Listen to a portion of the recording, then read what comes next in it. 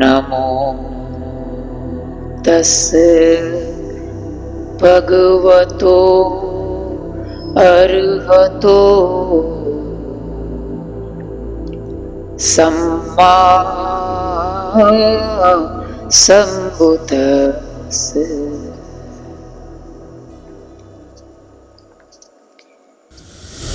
एवं मे सुतं एकं समयं भगवान् वाराणसीयं विहरति इसी पत्ने मिगदाये तत्र को भगवान् पंचवक्कीये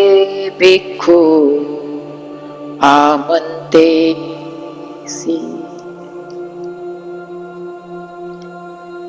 द्वे मे भिक्खवे अन्तापब्बजितेन न सेवितव्या कतमे द्वे योचायं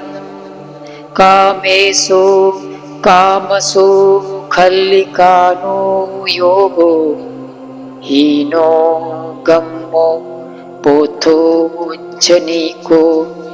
अनर्यो अनत्थ सहितो योचायम् अत्थ किलमथानो योगो दुःखो अनर्यो अनत्थ सहितो एते खूते भिक्खवे उभो अन्ते अनुपगम्य मच्छिमा पटिपदा तथागतेन अभिसम्बुद्धा चक्षुकर्णी ज्ञानकर्णी उपसमाय अभिज्ञाय सम्बोधाय निब्बानाय समन्तति। कतमाच्च सा भिक्खवे मच्छिमा पटिपदा तथागतेन अभिसम्बुद्धा चक्षुकर्णी ज्ञानकर्णी उपसमाय अभिज्ञाय सम्बोधाय निब्बानाय समन्तति। अयमेव अर्यो अठङ्गिको मग्गो सेयथेदं सम्मा दिट्ठि सम्मा संकप्पो सम्मा वाचा सम्मा कम्मन्तो सम्मा आजीवो सम्मा वायामो सम्मा सति सम्मा समाधि। अयं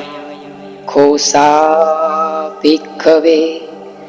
मच्छिमा पटिपदा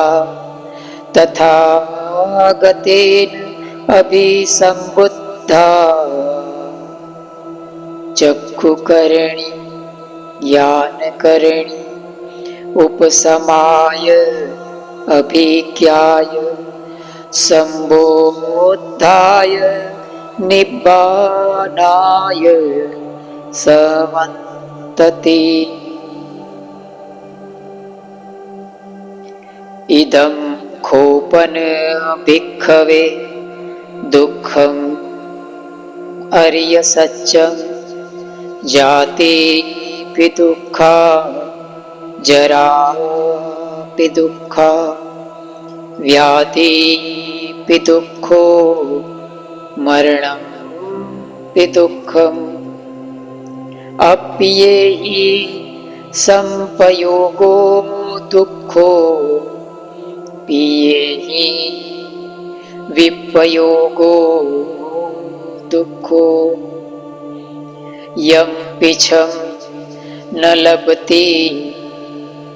तं पि दुःखम् संखेत्तेन पंचुपादानखन्धा दुःखा इदं खोपन भिक्खवे दुःखसमुदयं अर्य सत्यं यायं तण्हा पोनुभाविका नन्दी राग सहगता तत्र तत्राभिनन्दिनी सेयथेदं कामतण्हा भवतण्हा विभवतण्हा इदं खोपन भिक्खवे दुःख निरोधम् अर्य सत्यं यो तस्सायेव तण्हाय अशेष विराग निरोधो जागो पटे निस्सगो मुक्ति अनालयो इदं कोपन भिक्खवे दुःख निरोधगामिनी पटे पदा अर्य सत्यम् अयमेव अर्यो अठङ्गिको मग्गो सेयथेदं सम्मा दिट्ठि सम्मा संकप्पो सम्मा वाचा सम्मा कमन्तो सम्मा आजीवो सम्मा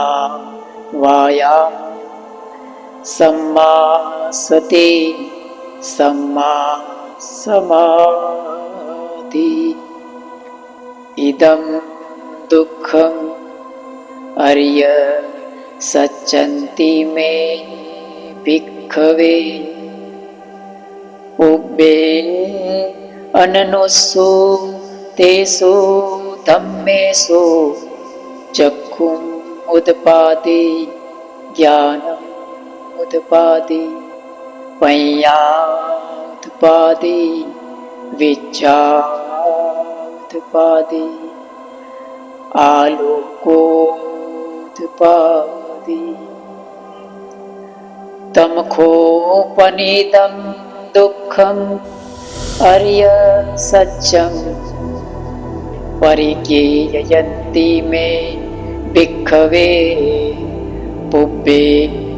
अननुषु तेषु धम्मेषु चक्षु उद्पादे ज्ञानम् उद्पादे पञ्यादुत्पादे विद्यादुत्पादे आलोकोदुत्पादे तं खोपनिदं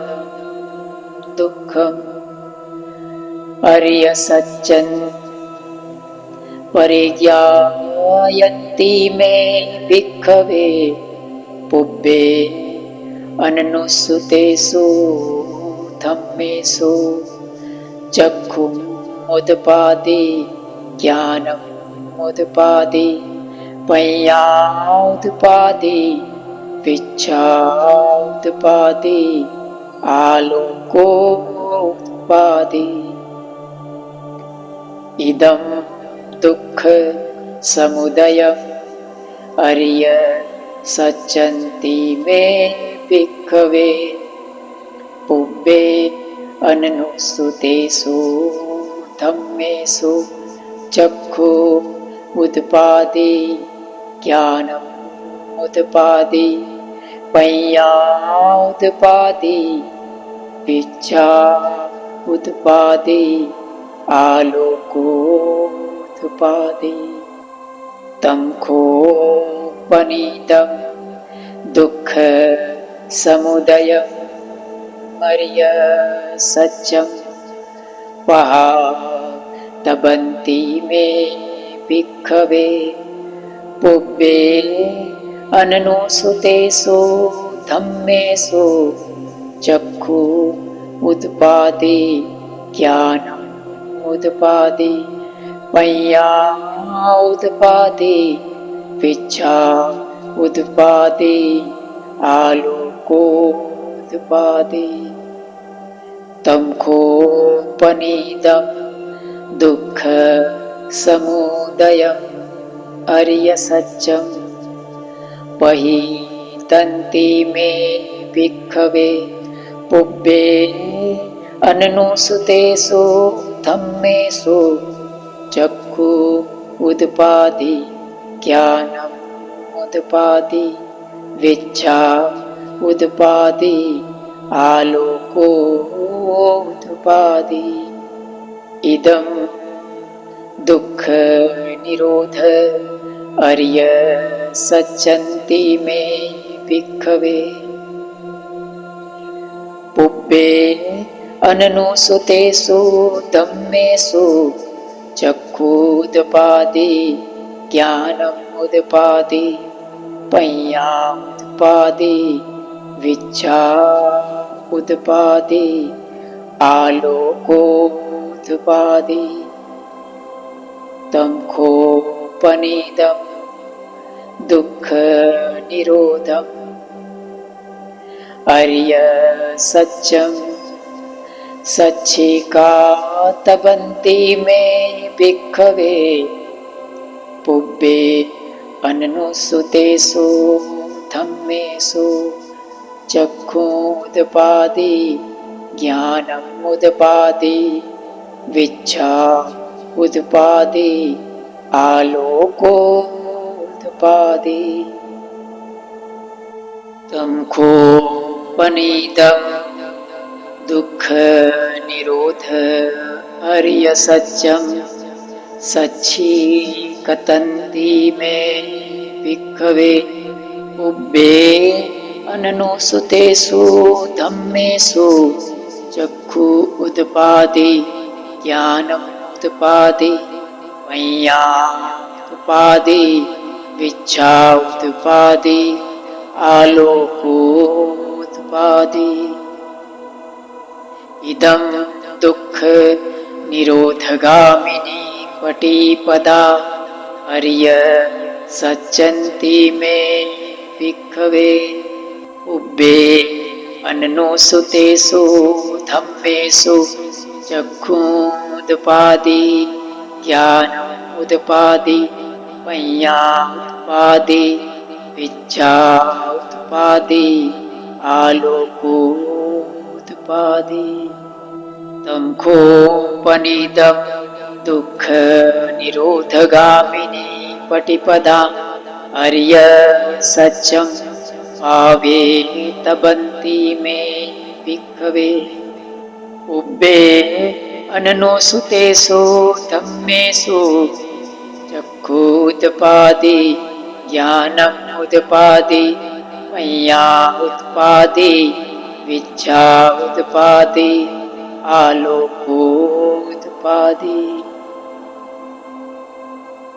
तं खोपनीतं दुःख निरोधगामिनी पटिपदा अर्य सत्यं पावन्तन्ति मे भिक्खवे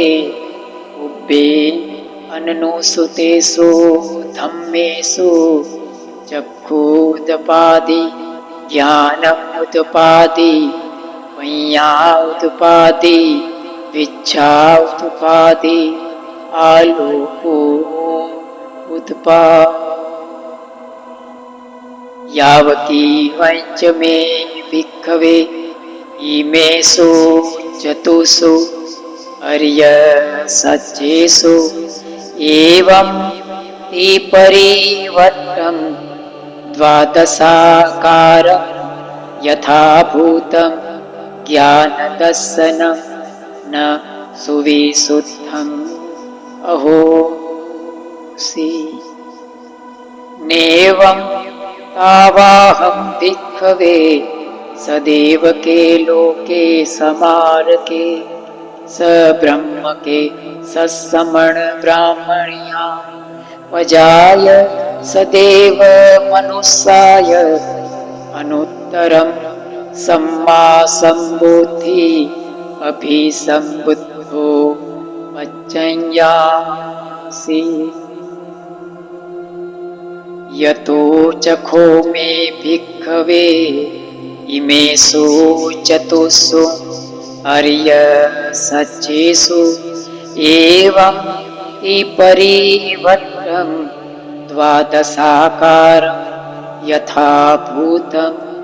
ज्ञानदर्शनं सुविशुद्धम् अहोसि अथाहं भिक्खवे सदेव के लोके समारके स ब्रह्म के सत्समण ब्राह्मणिया वजाय सदेव मनुष्याय अनुत्तरं सम्मा सम्बुद्धि अभिसम्बुद्धो मज्जन्यासि ज्ञानं च पन्न मे दर्शनम्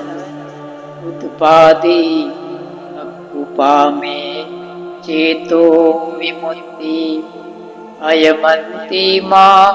याति नत्थिदानि पुनः भवति इदमवोच भगवान् आत्मनाते पंचवक्कीये भिक्खु भगवतो आसितम् अभिनन्दन्ति इमस्मिन् जपन् वैयाकरणस्मिन् व्यङ्ग्यमाने आयस्मतो कौण्डिन्यस्य विरजं वित्मलं धम्मचक्षुम् उत्पादि यङ्किञ्चित् समुदयधम्मं सब्बं निरोधधम्मन्ति भवति ते जपन् भगवता धम्मचक्रे भूम्मा देवा सद्मनुष्यावेषु एतं भगवता वाराणस्याम् इसिपत्ने विगदाये अनुत्तरं धम्मचक्रं पवत्तितम् अपट्टिवत्यं समणेन वा ब्राह्मणेन वा देवेन वा मान्येन वा ब्रह्मणा वा केनचिवा लोकस्मिन् ते चातुं महाराजिकानं देवानं सद्धं सुत्वा तावती सा देवा सद्मनुष्यावेषु एतं भगवता वाराणस्याम् इसिपत्ने विगदाये अनुत्तरं धम्मचक्रं पवत्तितम् अपट्टिवत्यं समणेन वा ब्राह्मणेन वा देवेन वा मान्येन वा ब्रह्मणा वा केनचिवा लोकस्मिन् ते तावती सानं देवानं सद्धं सुत्वा यामा देवा सद्मनुष्यावेषु एतं भगवता वाराणस्याम् इसिपत्ने विगदाये अनुत्तरं धम्मचक्रं पवत्तितम् अपट्टिवत्यं समणेन वा ब्राह्मणेन वा देवेन वा मान्येन वा ब्रह्मणा वा केनचिवा लोकस्मिन् ते यामानं देवानं सद्दं सुत्वा तुसीता देवा सद्दमनुस्सावेषु एतं भगवता वाराणस्याम् इसिपत्ने मिगधाये अनुत्तरं धम्मचक्कं पवत्तितम् अपट्टिवत्यं समणेन वा ब्राह्मणेन वा देवेन वा मान्येन वा ब्रह्मणा वा केनचिवा लोकस्मिन् ते तुसीतानं देवानं सत्तं सुत्वा निम्माणरति देवा सद्मनुस्सावेषु एतं भगवता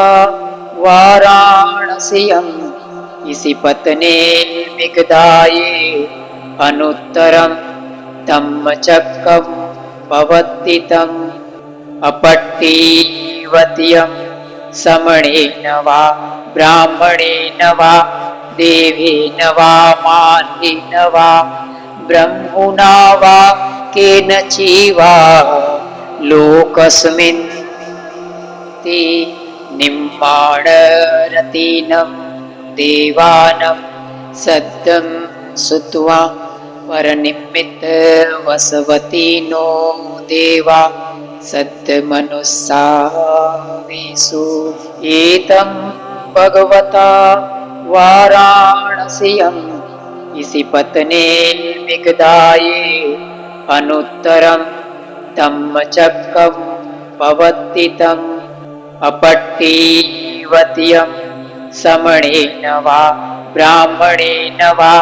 देवेन वा मान्येन वा ब्रह्मणा वा केनचिवा लोकस्मिन् ते परनिमित्तवसवतीनं देवानं सद्दं सुत्वा ब्रह्मपरिसज्जा देवा सद्मनुस्सावेषु एतं भगवता वाराणस्याम् इसिपत्ने मिगधाये अनुत्तरं धम्मचक्कं पवत्तितम् अपट्टिवत्यं समणेन वा ब्राह्मणेन वा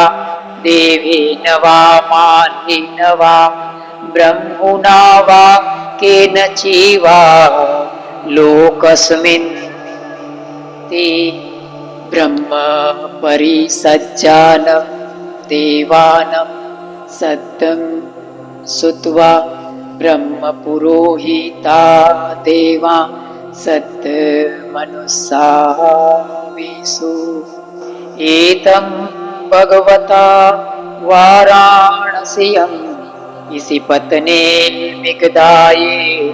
अनुत्तरं धम्मचक्कं पवत्तितम् अपट्टिवत्यं समणेन वा ब्राह्मणेन वा देवेन वा मान्येन वा ब्रह्मणा वा केनचिवा लोकस्मिन् ते ब्रह्मपुरोहितानं देवानं सद्दं महाब्रह्मा देवा सद्मनुस्सावेषु एतं भगवता वाराणस्याम् इसिपत्ने मिगधाये अनुत्तरं धम्मचक्कं पवत्तितम् अपट्टिवत्यं समणेन वा ब्राह्मणेन वा देवेन वा मान्येन वा ब्रह्मणा वा केनचिवा लोकस्मिन् ते देवानं सद्दं सुत्वा परिताभा देवा सद्मनुस्सा विसु एतं भगवता वाराणस्यम् इसिपत्ने मिगदाये अनुत्तरं धम्मचक्रं पवत्तितम् अपट्टिवत्यं समणेन वा ब्राह्मणेन वा देवेन वा मान्येन वा ब्रह्मणा वा केनचिवा लोकस्मिन् ते परिताभानं देवानं देवा सद्मनुस्सा विसु एतं भगवता वाराणस्यम् इसिपत्ने मिगदाये अनुत्तरं धम्मचक्रं पवत्तितम् अपट्टिवत्यं समणेन वा ब्राह्मणेन वा देवेन वा मान्येन वा ब्रह्मणा वा केनचिवा लोकस्मिन् ते आभासरानं देवानं सद्दं सुत्वा परितशुभा देवा सद्मनुस्सा विसु एतं भगवता वाराणस्यम् इसिपत्ने मिगदाये अनुत्तरं धम्मचक्रं पवत्तितम् अपट्टिवत्यं समणेन वा ब्राह्मणेन वा देवेन वा मान्येन वा ब्रह्मणा वा केनचिवा लोकस्मिन् ते परितशुभानं देवानं सद्दं सुत्वा अपमाना शुभा देवा सद्मनुस्सा विसु एतं भगवता वाराणस्यम् इसिपत्ने मिगदाये अनुत्तरं धम्मचक्रं पवत्तितम् अपट्टिवत्यं समणेन वा ब्राह्मणेन वा देवेन वा मान्येन वा ब्रह्मणा वा केनचिवा लोकस्मिन् ते अपमाना शुभानं देवानं सद्दं सुत्वा सुपकिणका देवा सद्मनुस्सा विसु एतं भगवता वाराणस्यम् इसिपत्ने मिगदाये अनुत्तरं धम्मचक्रं पवत्तितम् अपट्टिवत्यं समणेन वा ब्राह्मणेन वा देवेन वा मान्येन वा ब्रह्मणा वा केनचिवा लोकस्मिन् ते सुपकिणकानं देवानं सद्दं सुत्वा वेहफला देवा सद्मनुस्सा विसु एतं भगवता वाराणस्यम् इसिपत्ने मिगदाये अनुत्तरं धम्मचक्रं पवत्तितम् अपट्टिवत्यं समणेन वा ब्राह्मणेन वा देवेन वा मान्येन वा ब्रह्मणा वा केनचिवा लोकस्मिन् ते विफलानं देवानं सद्दं सुत्वा अविहा देवा सद्मनुस्सा विसु एतं भगवता वाराणस्यम् इसिपत्ने मिगदाये